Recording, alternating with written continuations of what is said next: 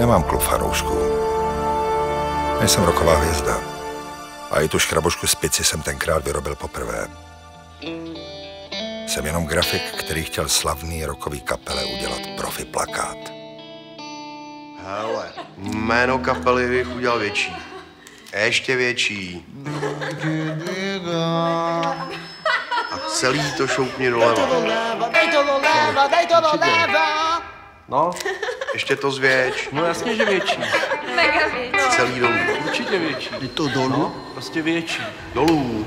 Když dolů, tak dolů. Dolů.